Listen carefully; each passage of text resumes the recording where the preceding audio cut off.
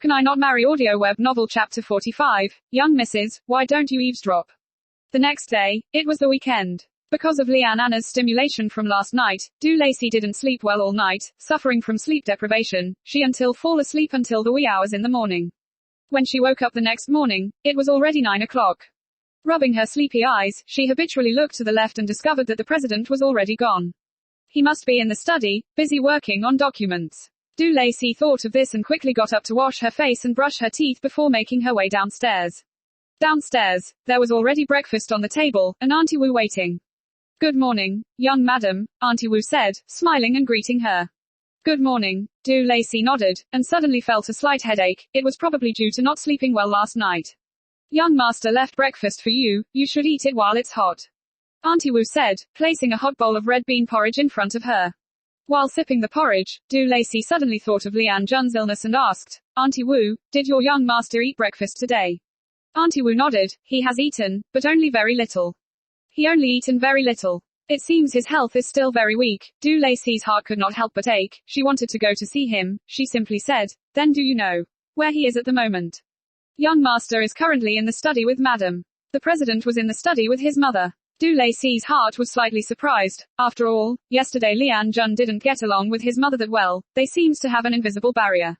However, the president was unwilling to tell her exactly what happened, so her head was still in a fog. Du Lacey was in a dilemma for a moment. Her eyes suddenly swept to Auntie Wu's side.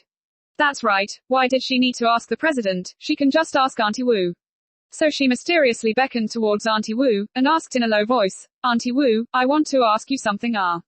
Auntie Wu originally had a temper to gossip, thus seeing Du Lacey's sudden mysterious appearance, she also discarded their relationship between master and servant, quickly made her way over. Young madam, what did you want to ask? Your young master and madam, their relationship is not very good, right?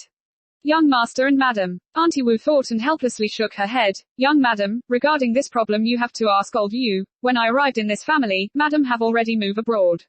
Old you are. Du Lacey thought old you's non-gossip type of face. She shook her head. I think old you is such an honest and righteous person, he will not say anything. Auntie Wu was embarrassed. Young madam, do I not appear honest and righteous? No, what I meant is that you appear like the type that doesn't stick to trifles matters.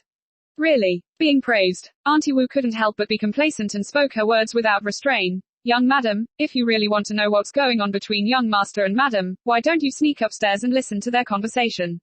Du Lacey was influenced and embarrassed by Auntie Wu's gossip spirit. Is this possible? Why can't you? This is your home, young master is your husband, madam is your mother-in-law. Since it's yours, what's wrong with occasionally listen to your husband and mother-in-law's conversation? Du Lacey listened to Auntie Wu's theories of yours. She froze for a long time before she felt that there is indeed some truth to it. But, she also had some hesitation. What should I do if they suddenly come out? Auntie Wu thought for a moment and said, if they do come out, you can pretend you've lost your sense of direction. What if my mother-in-law is displeased? If madam is displeased, then you should flatter her. Say she is beautiful and classy. Du Lacey still had her worries. What if? Young madam, don't be so timid. If the worst comes to the worst, I'll accompany you. Auntie Wu patted her chest unexpectedly. She emitted the momentum of a superwoman. Really? Du Lacey was enlightened and suddenly felt she had a backer. So, at the instigation of Auntie Wu, Du Lacey has finally taken the wicked step. One old and one young, two like thief figures come their way upstairs and surreptitiously touch the library door. At this time, Lian Jun was in the middle of negotiating with Lian Anna. You have grown up. It's inconvenient for me to intervene your marriage. However, I still have to advise you. I think that woman is not suitable for Lian family. Whether or not she's suitable for Lian family I don't know. I just know that she is suitable for me. You clearly understand you represent the entire Lian family. One day you will grow tired of an ordinary woman like her, or she would get tired of you. Such a marriage would not even be equal. Lian Anna's tone was somewhat heavy. Seemed like a painful topic was hidden. Don't put your own emotional outlook on me. Lian Anna was stunned. She didn't think that her own son would say such words. Her eyes suddenly darkened. You'll regret it. She said, I never do something I'll come to regret. Lian Anna gave a wry smile. Your words and the words I said to your grandfather that year is exactly the same. As she said this, she seemed to be lost in thought. Her eyes began to go slightly red.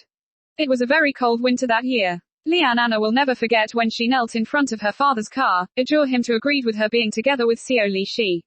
The cold wind blowing in her face was bone-chilling cold. In that wind, she knelt in front of the car for 3 whole hours until the wind made her feel unconscious. She still did not shed a drop of tear. Later, her father was unable to dissuade his daughter and gave in to her persistent, thus he agreed to their marriage, but only on one condition: Seo Li must marry into and live with the Lian's family. She also will never forget the day when Seo Li heard her father's decision. His eyes shining showed the slightest hint of hesitation. She was young and frivolous, thus she didn't care. Since childhood she always felt a sense of superiority. As long as she had a virtue of love, she can catch any man's heart. With this thought, just 3 years later, their marriage came to an end. Lian Anna is a smart woman. As the time they spent together lengthened, she became more and more aware of hidden bitterness behind Seo Li's smile. She admits he still loves this man, so she didn't want to see him live so weary.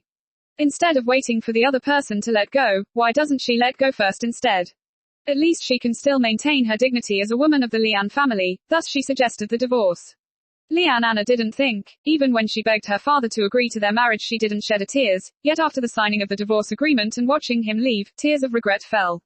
It turns out falling in love with this man was a mistake, marrying him is also a mistake. That full of emotional trauma experiences told her that unequal marriage doesn't run the distance. She have suffered heartaches, so she doesn't want to let her son also repeat such mistakes. Lian Anna thought to this point and sighed before saying, I know that since young you have resent me for leaving you alone and going abroad. Her voice was very light, as if she lost the momentum from before. She was no longer the lofty Lian Anna. I never hated you. You don't have to comfort me. Lian Anna gave a wry smile. I'm aware of my own situation the best. What child doesn't want their mother to accompany them? However, she said and began to choke.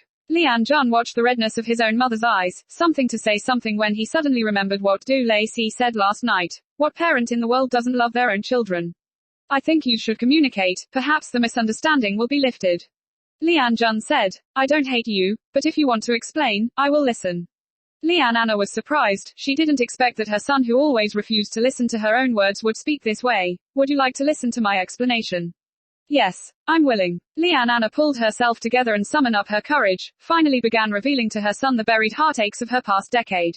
Let us put aside the exchanges of the mother and son for the moment. First look at one of two mouses at the wall outside the study door. Young madam, can you hear anything? Auntie Wu asked very seriously while poking Du Lacey with her fingers. Du Lacey turned her head and asked with a face of frustration. Auntie Wu, why is the soundproof in this study so good? Auntie Wu, well, this is a mansion, of course there cannot be bean curd residue engineering, right? But isn't this quality also a little too good? Du Lacey complained. She have tried to eavesdrop for so long. Her waist is almost broken and even a fart couldn't be heard. She even suspected whether the president is actually in the room. Young madam, don't get discouraged. Where there is a will, there is a way. I believe you will certainly be able to eavesdrop. Auntie Wu cheered for her on the side. Quote ellipsis quote. Seeing Du Lacey's dejected face, Auntie Wu suddenly had a brilliant idea. Young madam, why don't I go to get you a stethoscope? Du Lacey was embarrassed. Auntie Wu, do you think I'm 007? While the two were discussing about the most convenient way to eavesdrop, Liang's very loud voice sounded. Grandma. What are you doing here? Du Lacey was startled by Liang. Since her body was leaning forward, it accurately hit the study room's door. After the loud bang, Du Lacey, Auntie Wu, Liang, including the two people in the study, were all shocked.